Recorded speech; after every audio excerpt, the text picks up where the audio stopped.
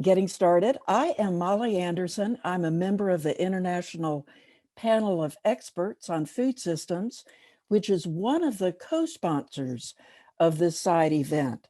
I would like to thank our other co-sponsors, the Civil Society and Indigenous Peoples Mechanism, the Special Rapporteur on Right to Food, Michael Fakhri, and the governments of Spain and Cabo Verde. This side event addresses the puzzling, and some would say inexcusable, failure to include COVID-19 policy responses in the CFS 47 agenda.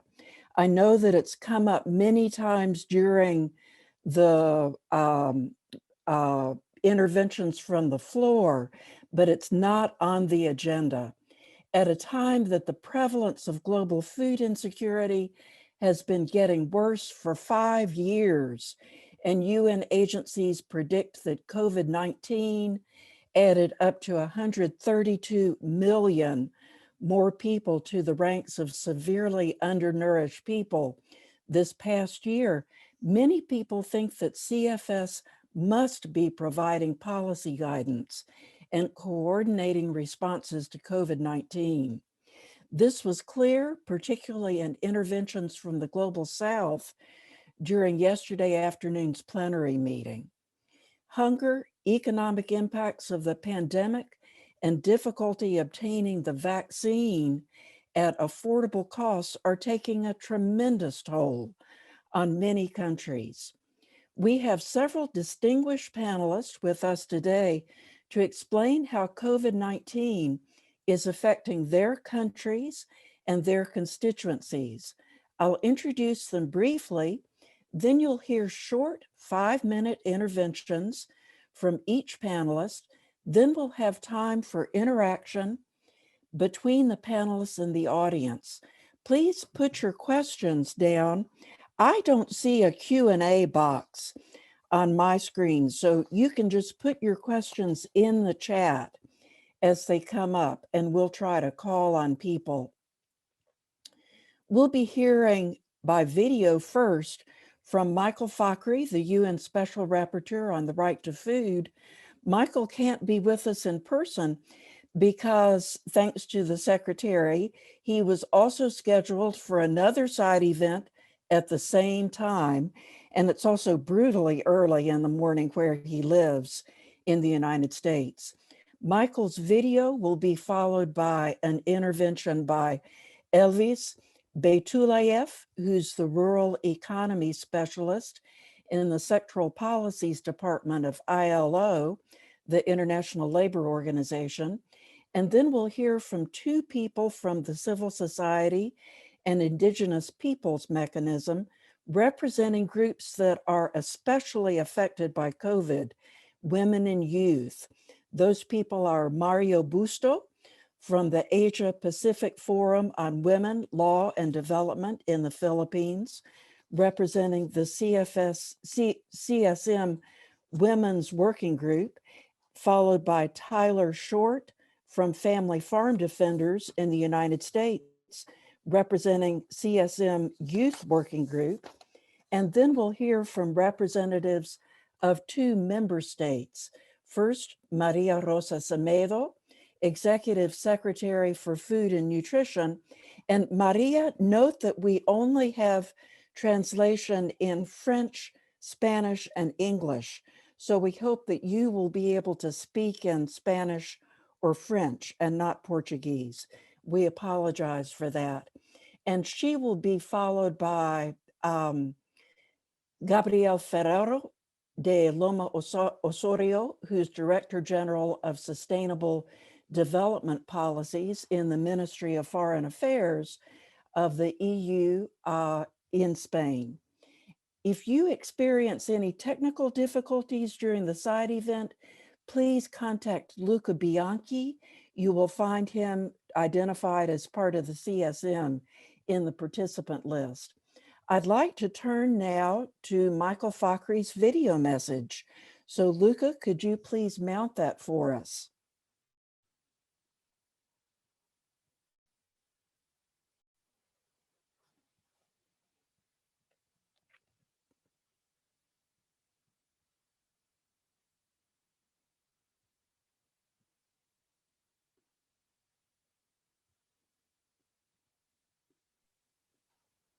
Cannot hear. We can't hear yet. There's a little button that you have to press that says allow audio. So perhaps we could start again and see if we could hear from Michael Fakhri. Hello, my name is Michael Fakhri and I am the UN Special Rapporteur on the right to food. I'm sorry that I cannot speak to you live today, but due to the pandemic and time zone differences, I have to provide this video instead. COVID-19 has not only been a public health crisis, but it has also generated a hunger crisis. The virus is new, but it has been predictably harshest on marginalized people. In fact, the world was falling behind on fully realizing the right to food, even before the current pandemic. The number of hungry and undernourished people in the world has been rising since 2015. And the situation is getting worse. The virus continues to ravage humanity. Even with new vaccines, it will be some time before the global health situation stabilizes. And it will be at least a decade before the world recovers economically. Meanwhile, member states and international organizations have not yet come together to tackle the looming hunger crisis. Different international organizations are doing their best, but there remains no internationally coordinated action responding to the hunger crisis caused by the pandemic. Not at the General Assembly, not at the Human Rights Council, and not at the Committee on World Food Security. I should add that COVID-19 is not on the food systems agenda. In other side events, I've addressed why a human rights approach is needed to tackle COVID-19. I want to focus my remarks here on why the CFS is best positioned to take on the hunger crisis that this virus has exacerbated. Remember that the CFS was first created in 1974 because of the spread of global famine and hunger. The CFS was re-energized in 2010 because of the food crisis. And today we face the existential crisis of climate change. This global pandemic is only a practice run for what lies ahead. The CFS is already well positioned to act. Today's panelists are able to articulate how the CFS can quickly act based on existing reports and policy instruments. These are things like the HLPE issues paper on COVID-19, the CFS tenure guidelines, the CFS framework for action in protracted crisis, the International Labour Organization policy recommendations, and my newest report to the Human Rights Council. These instruments and others can provide the backbone for coordinated response. I don't think the difficulty lies in developing global policy to tackle the pandemic and hunger crisis. The bigger questions are, why has not the CFS already acted? Where are the blockages for action? Who is holding up the process? These are undoubtedly political questions. So new politics are required. New coalitions of governments willing to come together, willing to work together and push through the CFS. We are all overstretched. Governments are struggling. Workers, peasants, pastoralists, and fishers are struggling. Most acutely, women are struggling because they are having to do more care work.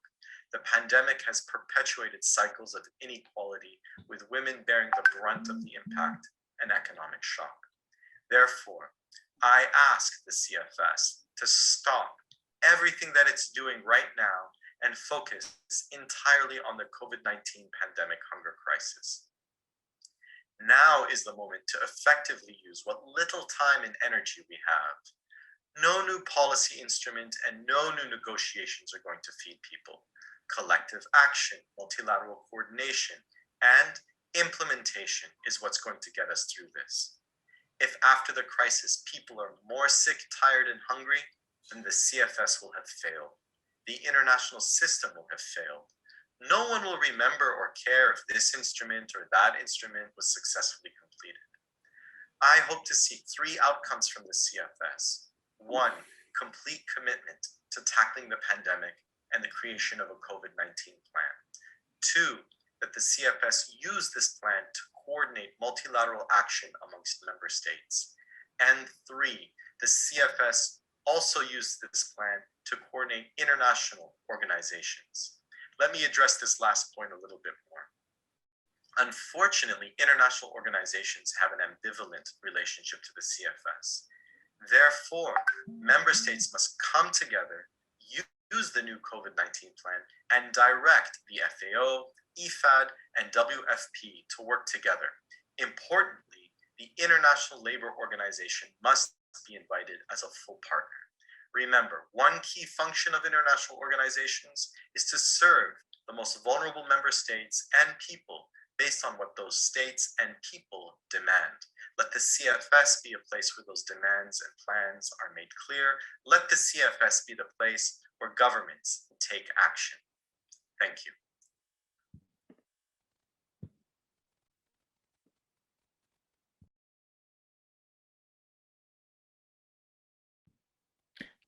Molly, you are muted. Yes, thank you, Luca. That was a very clear and stirring call to action from the Special Rapporteur on Right to Food. And I think you will hear similar statements from our other panelists. First, we want to hear from Elvis Beytullayev, the Rural Economy Specialist from ILO. Thank you. Can you hear me? Yes. Thank you very much. Hello, everyone. Yes, the pandemic continues to disrupt labor markets on a historically unprecedented scale. We estimate that last year, working hours equivalent to 255 million full-time jobs have been lost. This includes both employment losses and the reduction in working hours for those who remained employed. Massive working hour losses, of course, meant massive loss of labor income.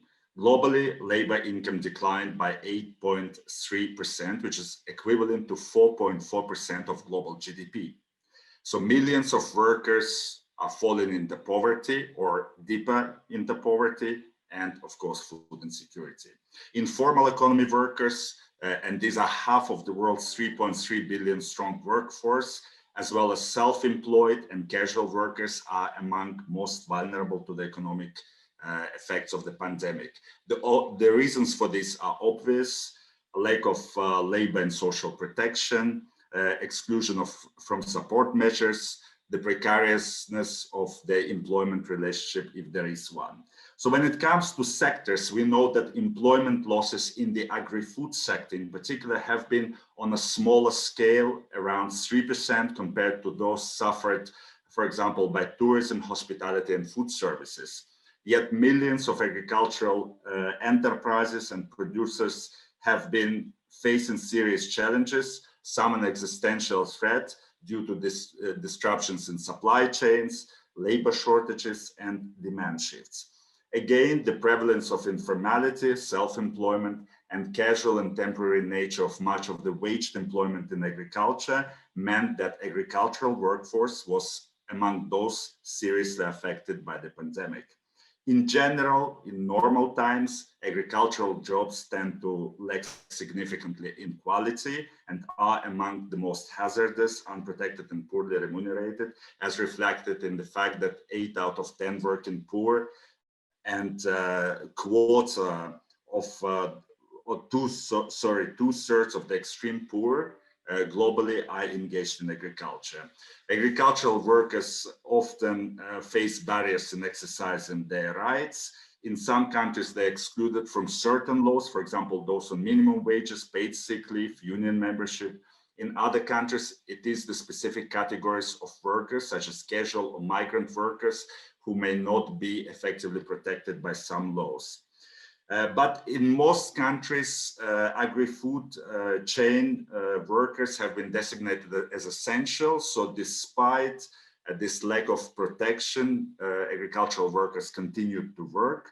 The nature of the work, which requires often close proximity among workers, long shifts, low temperatures, such as, for example, in processing, meant that many of them were actually at increased risk of virus infection.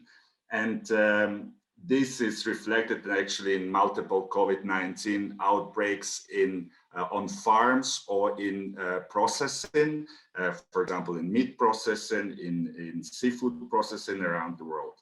Actually, a recent study conducted by researchers at the University of California, San Francisco, also found that in California, essential workers in kitchens and in agricultural setting were most at risk of death from the coronavirus.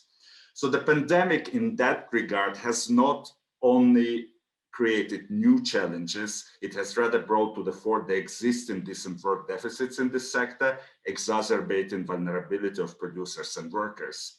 It has also in that regard exposed the frailty of our food systems, questioning its ability to withstand this and future shocks.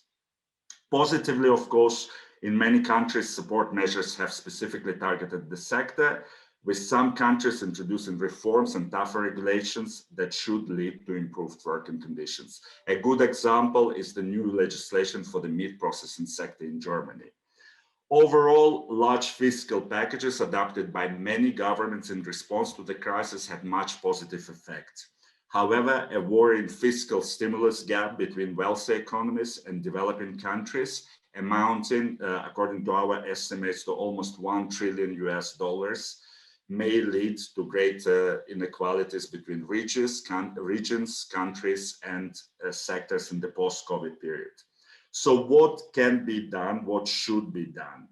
From our perspective as ILO, we strongly believe that policymakers and the global community need to strive to support a recovery that is robust and broad-based, focusing on employment, incomes, workers' rights, and social dialogue.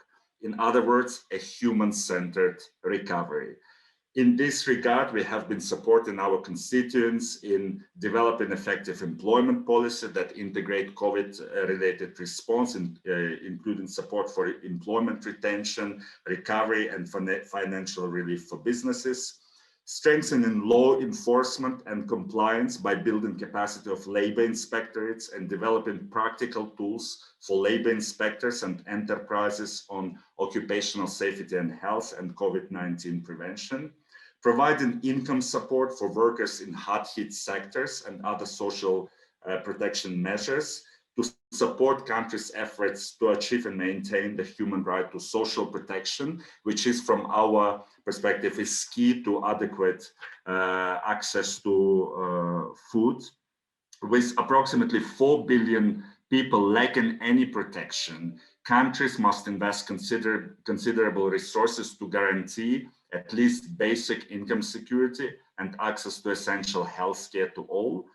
And international resources based on global solidarity are essential to closing financial gaps, especially in low-income countries where the situation is particularly dire.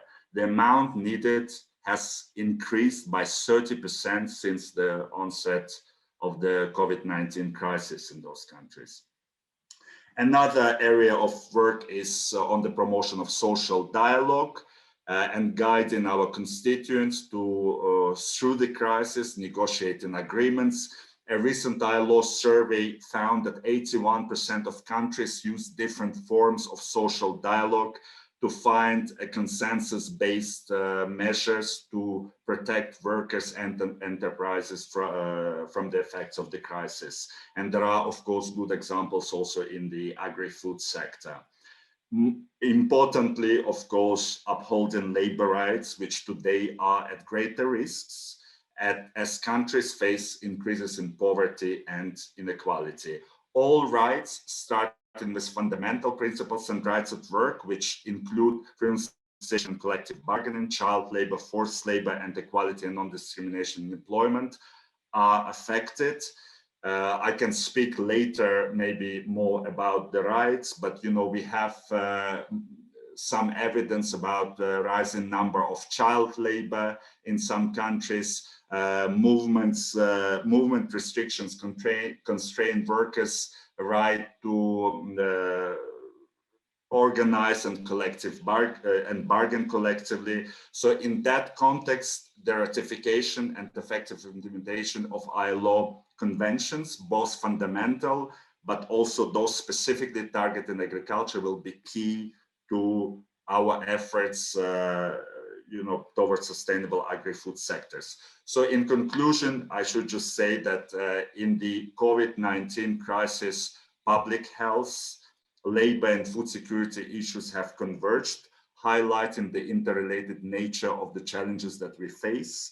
And while the crisis requires our attention now, of course, unless we think long-term and think jointly, we will not be able to find effective solutions. In this context, of course, CFS provides this unique and very important platform as the place where we can discuss, or specifically dedicated to the discussion of the food security issues and the agro-food sector issues. So in that sense, you know, we hope that CFS can use this potential to bring together expertise from all the international agencies, key stakeholders, to jointly take action.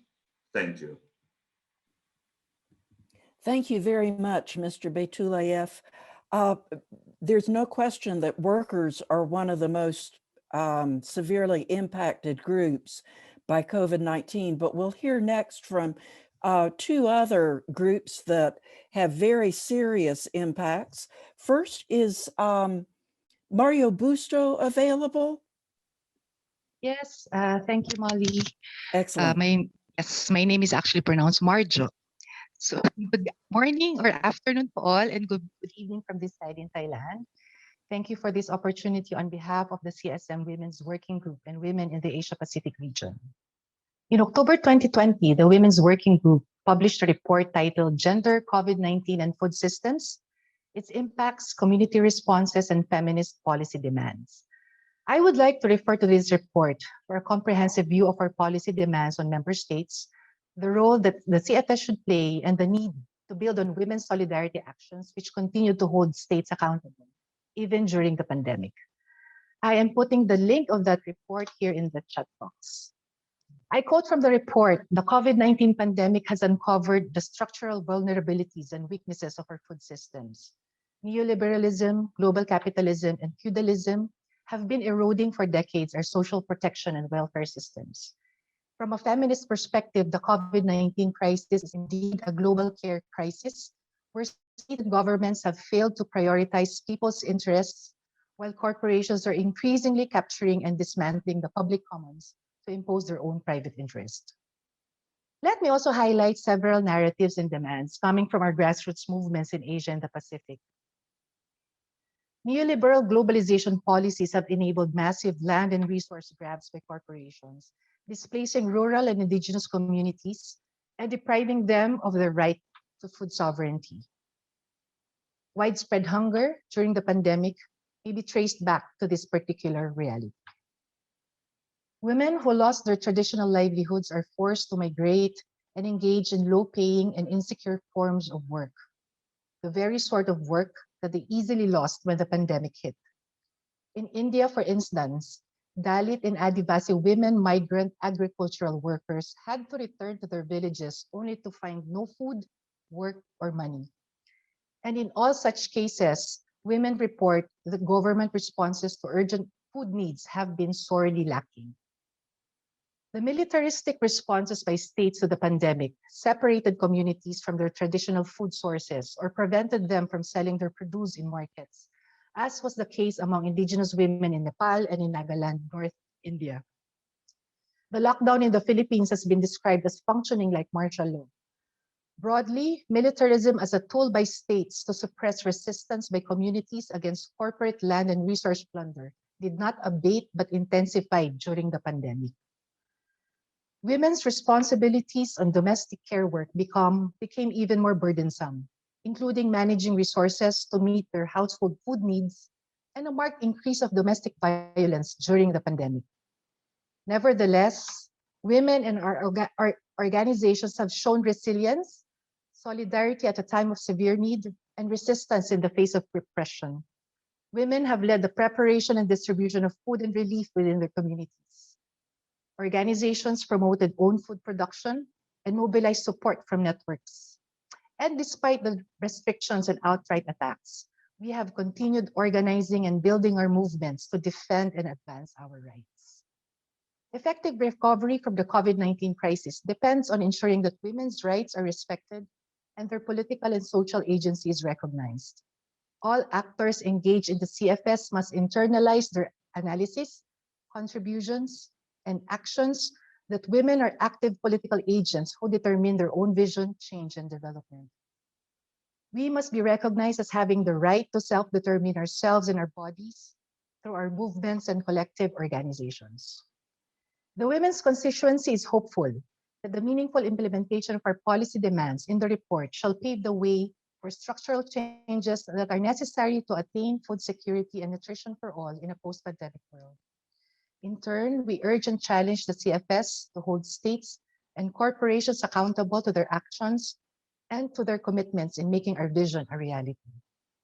Concretely, the CFS should first take up its political responsibility and commit to a policy response to COVID-19 to respond to the urgent needs coming from the ground. Second, incorporate and support the implementation of human rights mechanisms and their recommendations. For instance, CFS will be in a best position to translate into policies the UN Special Rapporteur on Food's guiding principles on human rights impact assessments of trade and investment agreements to ensure people's right to food sovereignty. Third, ensure meaningful participation and decision-making power of women's constituencies across its work and program. And fourth, consider including in its monitoring mechanism a review of corporate activities that are in violation of human rights, especially the rights to adequate food and food sovereignty.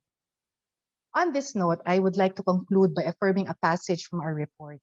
We believe that the right to food, food security and nutrition, and food sovereignty will never be achieved without ensuring the full respect, protection, and fulfillment of women's rights, and the dismantling of patriarchal, feudal, and neoliberal power relations.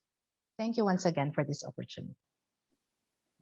Thank you, Marjo, and thank you for the link to that excellent report on the impacts of COVID-19 on women. Next, we'll be hearing from Tyler Short in the United States from the Youth Working Group of the Civil Society Mechanism. Over to you, Tyler. Hello, thank you. I'm Tyler, a young peasant in the United States. I participate in La Via Campesina's youth articulation, as well as the CSM Youth Working Group.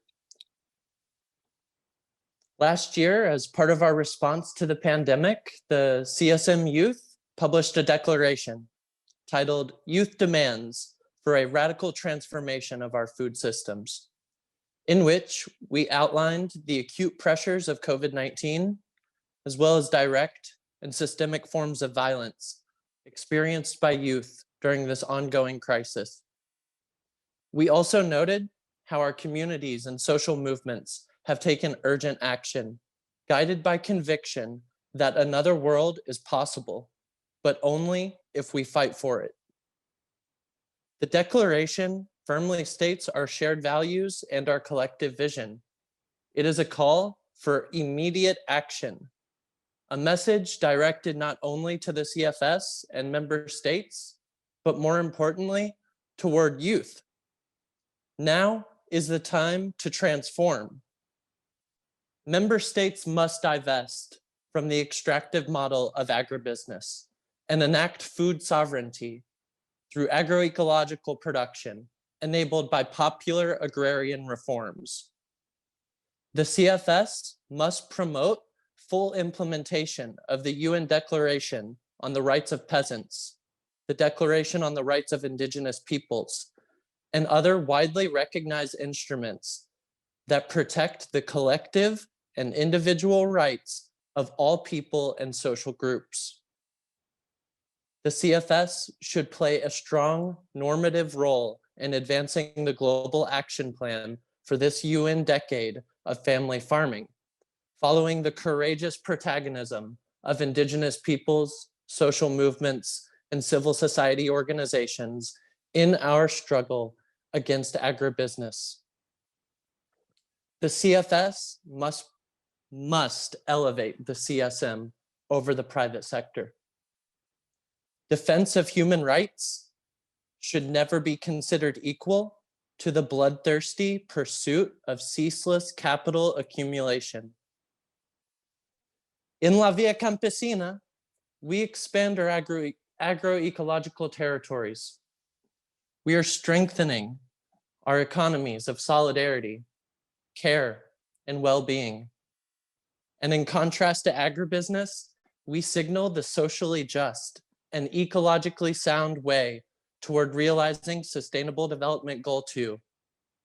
That is the peasant way, defined by respect for human rights and planetary limits, a dialogue of many knowledges and different ways of knowing, and active transformation of unsustainable, unhealthy, and exploitative food systems. Peasants provide nearly 80% of the world's food supply. We utilize less than 25% of arable land. We should celebrate our many victories and honorable roles in society. These victories are political, economic, and ideological, achieved from the local to global levels. We need these sources of hope to sustain our opposition to patriarchy, capitalism, feudalism, and racism. Though hopeful attitudes must be complemented by pessimism, because sadly, the CFS is not listening. During this unprecedented crisis, most member states have chosen inaction. Can we truly say that the CFS is following its mandate? Prior to the pandemic, at least 1/4 of the world's population faced food insecurity. Food prices rose close to 20% within the last year. Poverty deepens, inequalities widen, human suffering intensifies. The World Food Programme warns of food riots, mass displacement, and greater armed conflict. The current moment reminds us of the conditions that led to the CFS reform over a decade ago. Based on our analysis of the negotiations for the voluntary guidelines on food systems and nutrition, the CSM youth expect further attempts by the private sector and powerful exporting countries such as the United States to corrupt the CFS and violate established rules for the committee's policy work streams on agroecology, women's rights, and youth. What will be our response? We should be very alarmed as witnesses to a rapid reconfiguration of power within the world market and global governance institutions, advanced by a pandemic shock doctrine of imperialist aggression. However, while our governments fail in meeting their obligations to uphold basic human rights, we resist and scale agroecology from below, emerging like seeds, planted and nurtured by the leaders of our social movements, our elders, and our ancestors. We feed our peoples and build the movement to change the world. Globalize the struggle, globalize hope. Thank you. Thank you, Tyler, for a very strong statement on behalf of youth. And I would encourage everyone to read the Youth Declaration, which has been linked there in the chat. Next, we're going to turn to two representatives from member states. First, we'll hear from Maria Rosa Semedo in Cabo Verde. Are you there with us, Maria?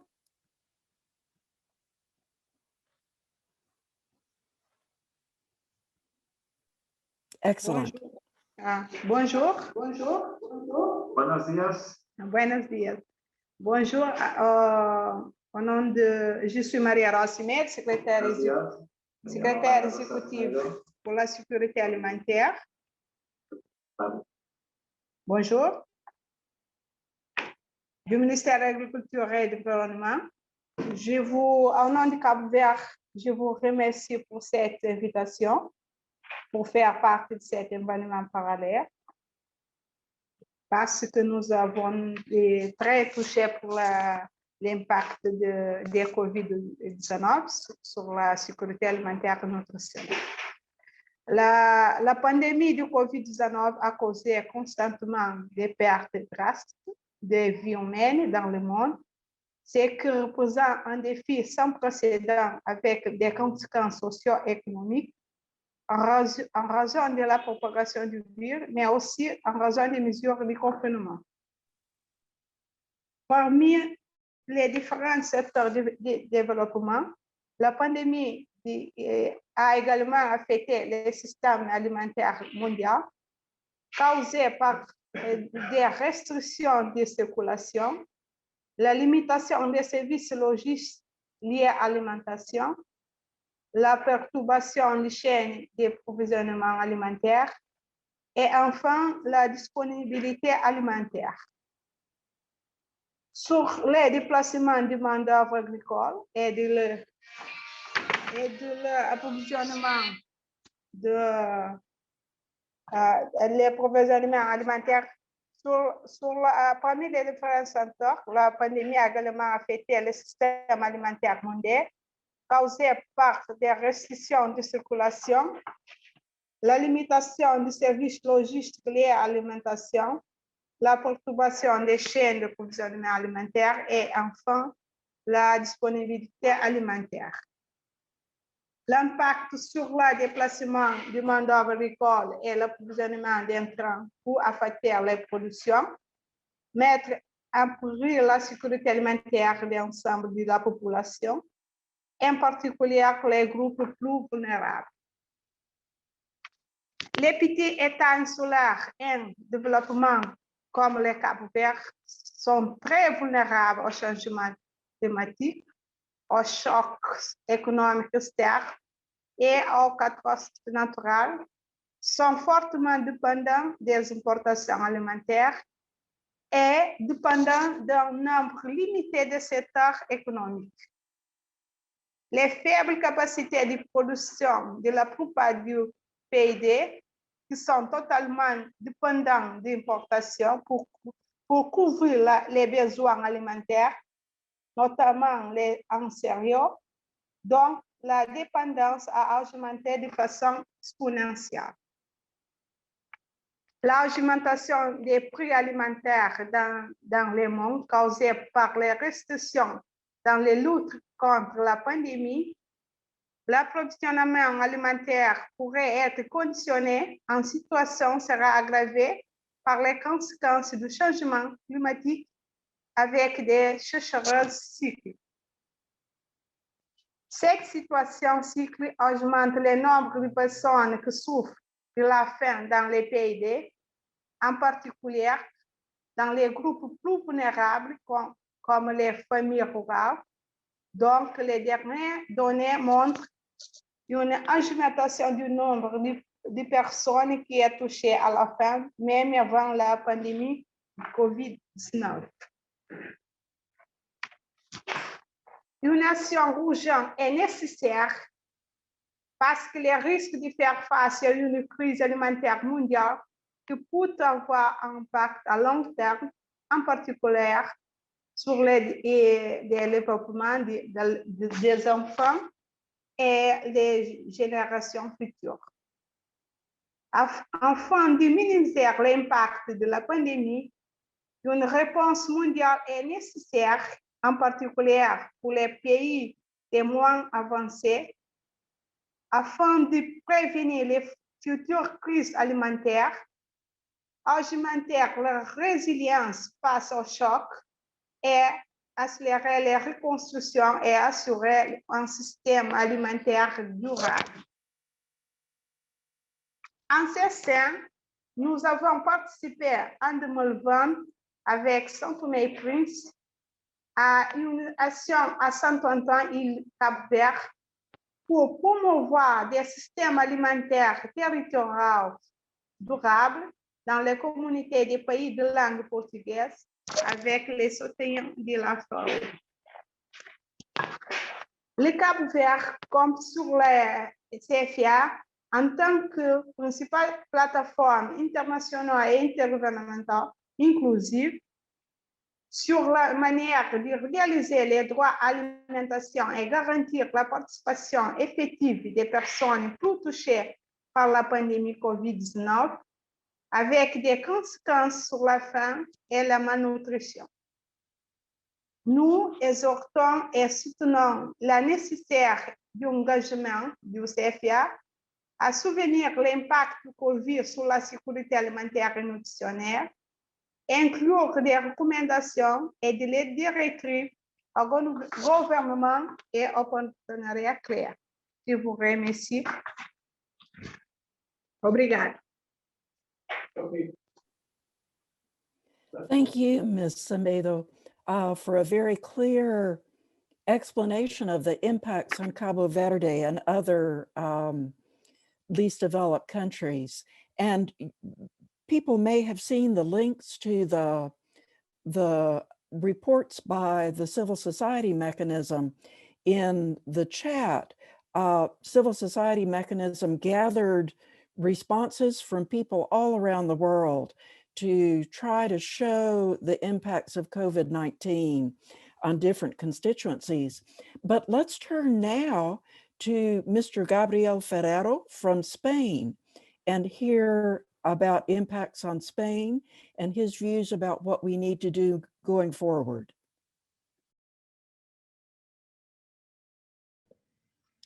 Thank you very much indeed, Molly.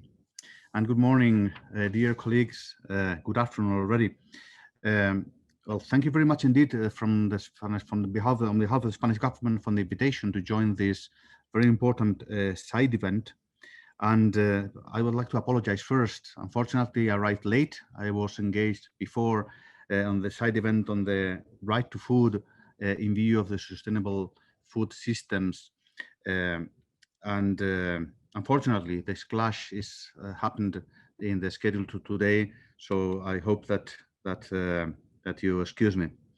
Well, before starting my statement, I would like to commend the civil society mechanism, the Special Rapporteur on the Right to Food, and the IPES for your leadership, for reminding us, member states, and us as bureaucrats, that the core mission of the Committee on World Food Security is assisting people and assisting member states in critical junctures as the one we are living today. The CFS was created precisely to respond to a critical juncture of famine. The CFS was reformed to be at the core of the global governance on food security and nutrition back in 2009, precisely to respond to the challenges posed by a global crisis on people. And would bear in mind that this is at the core of our mission collectively, and that we must be at the forefront of this response. Allow me now to shift to Spanish. I know that fortunately we have translation, and if you allow me, Molly and dear colleagues, I will continue my statement in Spanish. No voy a extenderme en los datos de los informes que hacen referencia al impacto que está causando la pandemia en las personas, en la seguridad alimentaria global, y que no hacen más que empeorar las perspectivas que ya teníamos sobre el progreso en el Objetivo de Desarrollo Sostenible número 2. Sin una acción conjunta y a gran escala, nos enfrentaremos muy probablemente a una crisis alimentaria sin precedentes. Y el Comité de Seguridad Alimentaria Mundial es una plataforma clave para la búsqueda de estas soluciones conjuntas de manera inclusiva para el medio y largo plazo, pero también para articular una respuesta global ante la pandemia. No solo es el foro para fomentar la cooperación global, sino que el Comité de Seguridad Alimentaria garantiza la consolidación de las soluciones desde una perspectiva de derechos humanos y en pleno cumplimiento del derecho a la alimentación.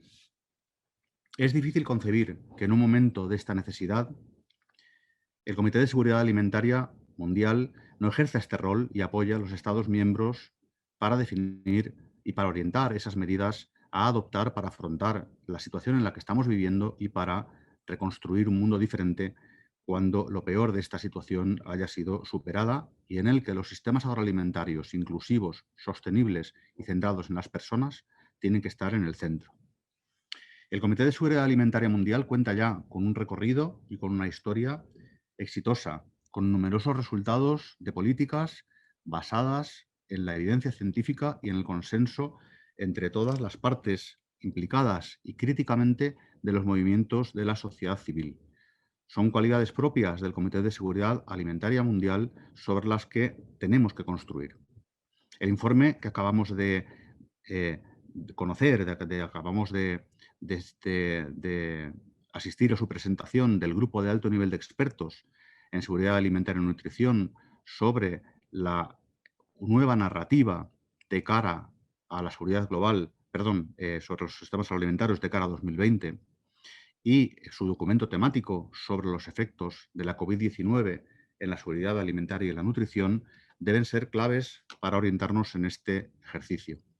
En particular, si miramos al documento sobre la nueva narrativa sobre los sistemas agroalimentarios de cara a 2030, vemos cómo el derecho a la alimentación es propuesto como el pilar fundamental y el cimiento fundamental de esta nueva narrativa, que además incorpora dos dimensiones clave a las dimensiones que tradicionalmente habíamos considerado sobre la seguridad alimentaria, como son la agencia y como es la sostenibilidad. Para nosotros es un cambio de paradigma, que debemos tomar en consideración en el Comité de Seguridad Alimentaria Mundial, porque es solo desde este ámbito y en esta arena donde lo podremos impulsar, porque el Centro de Seguridad Alimentaria es el centro de gravedad de la gobernanza global del derecho a la alimentación y de la seguridad alimentaria y la nutrición. Si lo que estamos abordando es un cambio de paradigma, una verdadera transición local, nacional, regional y global hacia la agroecología, que esa es la visión a largo plazo, el Comité de Seguridad Alimentaria Global debe de estar en el centro. El clamor para una respuesta sólida desde el Comité es evidente. El Comité de Seguridad Alimentaria Global debemos adaptarnos a la realidad cambiante que afrontamos, que cambia además con enorme y creciente velocidad.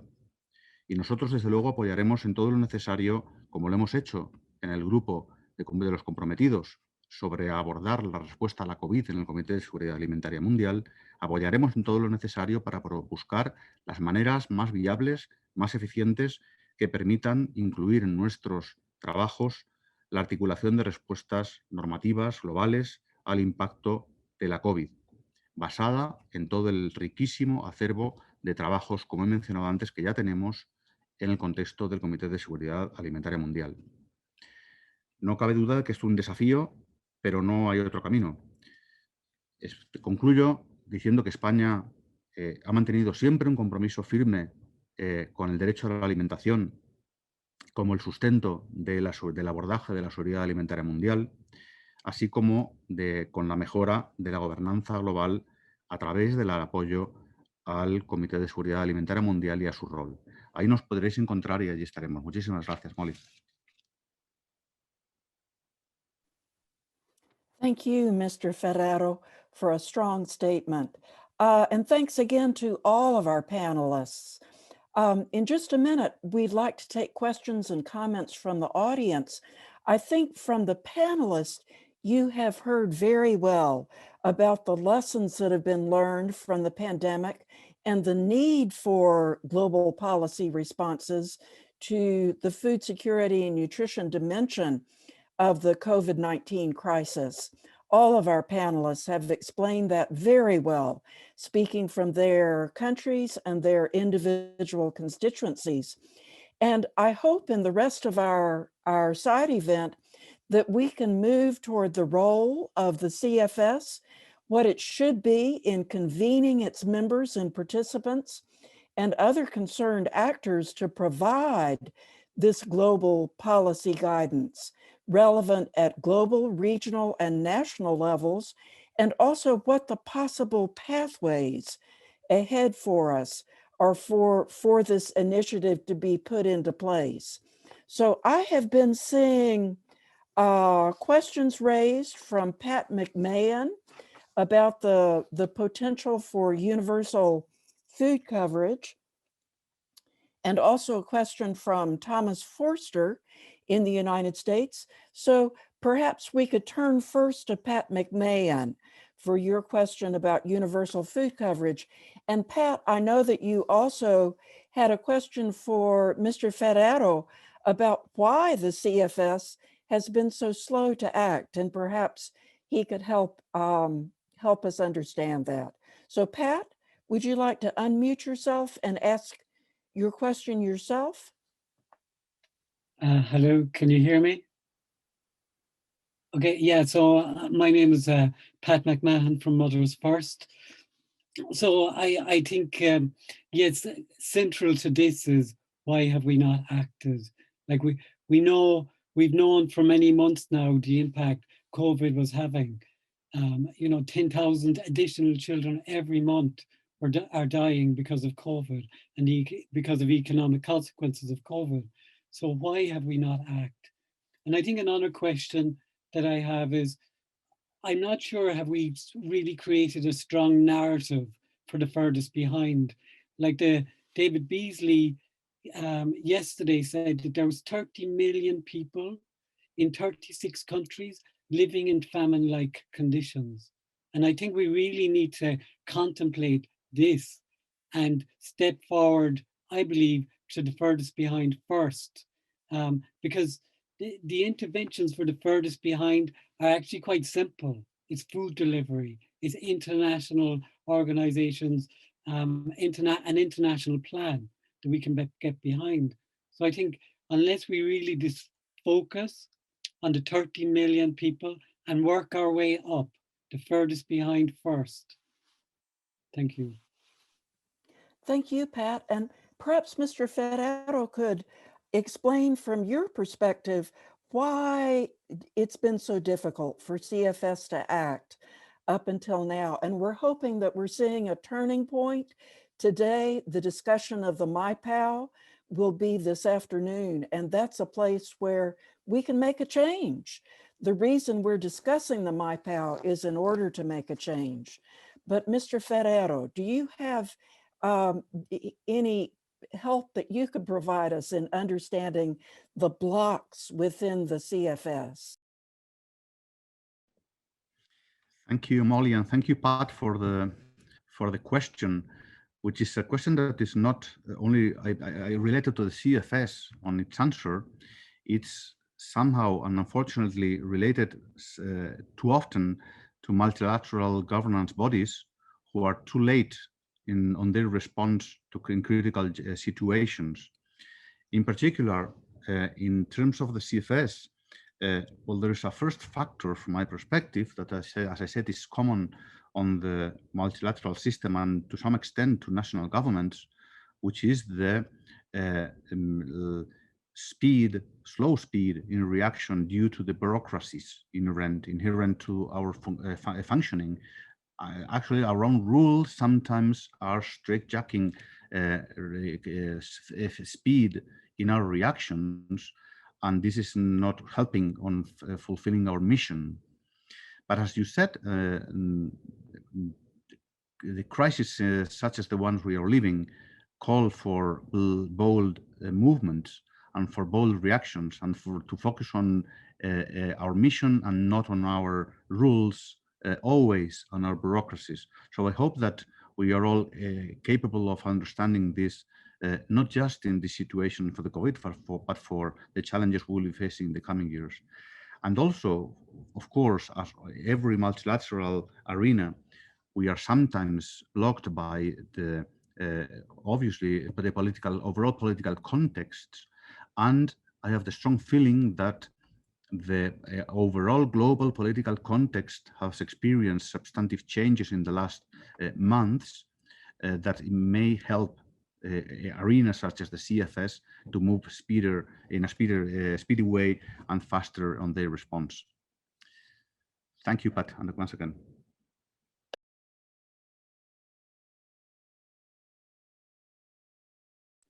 Excuse me, let me unmute.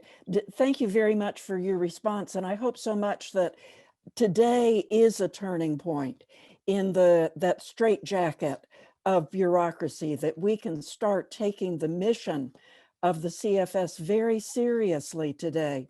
But let me turn to Thomas Forster, who raised a question, and then we'll hear from Marcos Arana. Tom? Thank you, Molly. Can you hear me all right? Okay, thank you. Yeah, no, I put a question in the chat that I'll just repeat. It is many in the CSM work very closely with actors at the territorial and local level, and it is the COVID experience that has really highlighted how, in the context of what was just said about the slow response of national governments and the international processes to really help those in the front lines, that it's important to bring those actors and the networks that represent them into the CFS process. This has been discussed, I think, going back to the urbanization and rural transformation open-ended working group days. But my question is that since the local communities, and by that I mean local and territorial authorities and their civil society and place-based private actors, they're on the front lines of COVID. And since they, both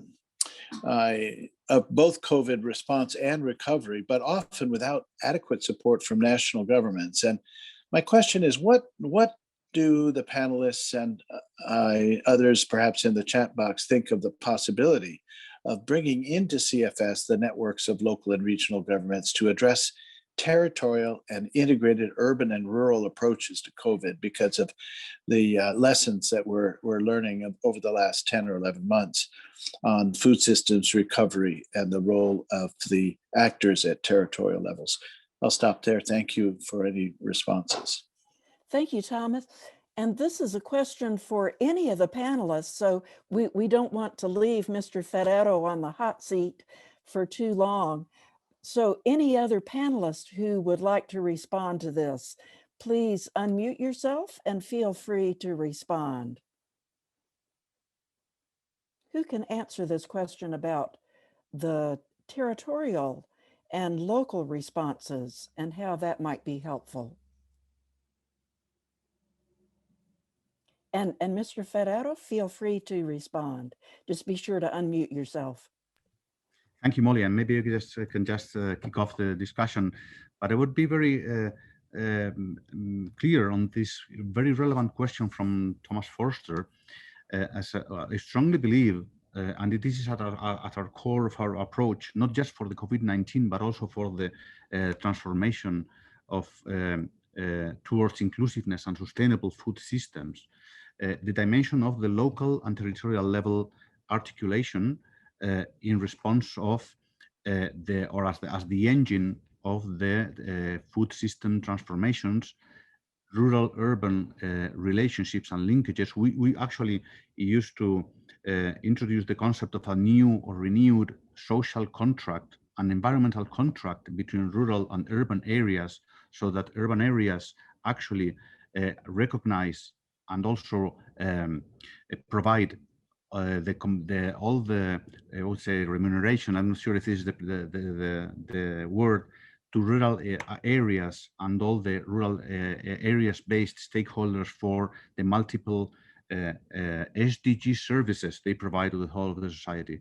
So for Thomas, from our perspective, indeed, rural-urban relationships, territorial approaches, bottom-up, is at the core of the global transformation I was referring to as an agroecological transformation in the future for facing the 2030 agenda or achieving the 2030 agenda and our climate change and biodiversity targets. Thank you. A very good response. And do any of the other panelists either have examples of very good initiatives that you have observed at the local level that need to be raised to the national and international level, or suggestions? Any other panelists?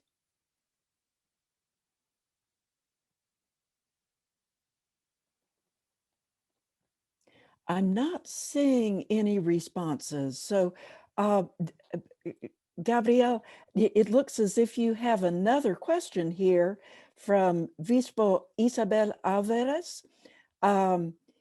Do you see that in the chat? Are you able to see it?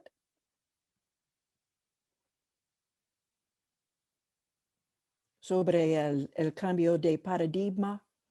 Okay.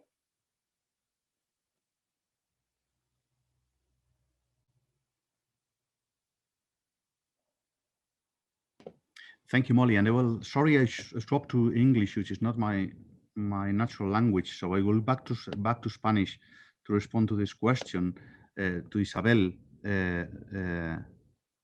Bueno, yo no estaría del todo de acuerdo en que no se ha alcanzado, no se han integrado elementos importantes de esta transformación en profundidad en las directrices que vamos a aprobar mañana. No son las ideales para mí, para nosotros como Estado.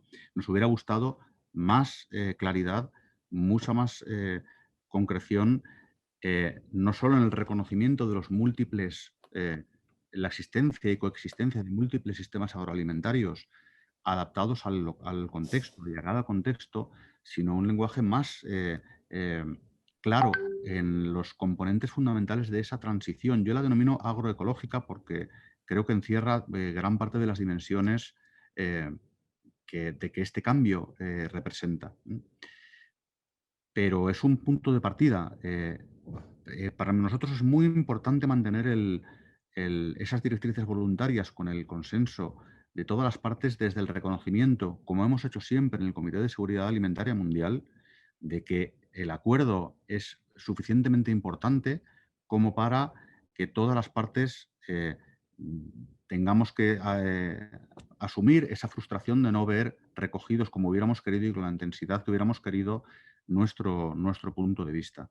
Yo soy optimista con las directrices. Creo que la tendencia, como estamos viendo en el campo de la energía, estamos cerca de un tipping point global respecto a la transformación en profundidad, ya digo, parecido a la transformación en el sistema energético que estamos viendo también en los sistemas agroalimentarios.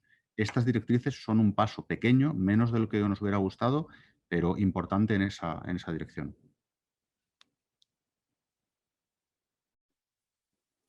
Thank you, Gabriel. And let's get a few of the other panelists into this discussion. Michael Fakhri made a very specific suggestion saying that we need better collaboration between ILO and the CFS. And I'd like to turn to Elvis to see if you have ideas about how that could happen. And after Elvis, going back to Rosa Semedo from Cabo Verde, you made strong calls for a CFS policy response. And perhaps you could tell us what you would suggest concretely for CFS. But first, Elvis. Thank you, Molly. As I said in my intervention, given that CFS is quite a unique platform as it is entirely dedicated on addressing the issues of food security and agriculture in general, I think, of course, we as ILO can make an important contribution because we look at those issues from our unique perspective, again, from a labor and employment dimension, which are, in our opinion, again, key to both, that they're critical to both food consumption and food production. So on the one hand, workers and their families' ability to access adequate food, this is when they have incomes, adequate incomes, adequate social protection, and at the same time, the working conditions, the way the food is produced. So this is about working conditions in the agro-food sector, including both, smallholder farms, small producers, as well as, large scale agricultural production. So I absolutely agree, and of course I was very happy to hear that from the UN Special Rapporteur on the right to food. We stand ready to provide our expertise. We have been participating in the work of the CFS. It is correct that we are not, I believe, full member of the CFS, but we stand ready to provide any technical expertise that we may have that can contribute to the debates within the CFS, that can contribute to its work. Related to that, and there was a question regarding the universal food coverage. I should actually maybe remind the participants that in 2013, the CFS has already discussed I believe, food security floor, the concept of the food security floor. And at that time, one of the conclusions was that, we need again greater collaboration, in particular with ILO, on the concept of social protection floor. And this is why in my intervention, I was referring to a social protection floor, which stands from the social protection floor recommendation, which promotes a universal and progressive approach for the extension of social protection to all by guaranteeing access to essential health care and basic income security at a national defined minimum level for all, including the poor, food insecure households, and informal economy workers. So in that, of course, I was also speaking earlier about all the other relevant conventions, ILO conventions. Yes, we have, many standards, some 30 international labor conventions are directly applicable to the agriculture sector. So we have a lot to contribute. We stand ready, to make this important contribution, and we fully agree that, CFS has this, unique potential. Thank you. Very good response. And there's no question that workers are among the most seriously impacted by the pandemic. And I think many people agree that labor issues need to be more central to CFS right now during the pandemic. So Rosa, I know that it's difficult because we don't have Portuguese translation, but are you comfortable telling us a little more about what CFS might be doing? Bon. Et merci. Bon, pour les cas des petits États insulaires, nous pensons que les CFA doivent penser surtout les questions les prix du céréales, car alimentation. Et les petits insulaires sont plus affectés pour la question de la pandémie. Et nous avons appuyé la société civile pour engager dans cette lutte contre et pour inscrire la question de la pandémie et impact du COVID-19 sur la sécurité alimentaire et nutritionnelle. Notre question, c'est sur les petits exploitateurs qui sont plus affectés sur la question d'impact de la pandémie. On peut, sur la rapporteur, il a quelques lignes sur la politique que appuyer les petits exploitateurs et l'alimentation scolaire, parce que les enfants sont plus touchés pour la question de sécurité alimentaire et en compte les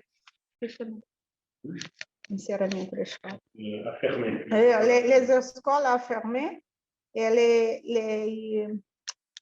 l'alimentation des familles a affecté parce que fermer l'école n'a pas d'alimentation scolaire. Merci.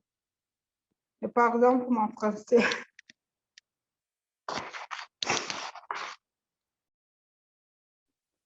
Thanks so much for this intervention, Rosa. You are raising very important points, including impacts on children. Gabriel, did you want to say something more here? Well, actually, I was going to say first that I very much agree with my colleague Rosa Semedo what she said. And I would like to emphasize as well something mentioned, referred to by Elvis previously. We are fully convinced that the labor dimension and the labor rights dimension on food systems in general, but very specifically in the proper transition towards sustainable and inclusive food systems is essential. So we would be absolutely in favor of having ILO on board on the CFS, and very especially pushing very hard, informing member states and helping member states to integrate this critical dimension on our policy responses, not just to the COVID-19, but also to, as I said, to the transformation of rural and agri-food systems. Thank you, Molly. Thank you, Gabriel. But unfortunately, we are out of time for our side event. And I know people need a little break before the afternoon session. I want to encourage you to attend the MyPow session this afternoon. This is the key place for interventions aimed at getting a global policy response to the pandemic-induced food crisis on the CFS agenda. And it's not too late. The reason we're discussing the MyPow is in order to make changes to the proposed MyPow.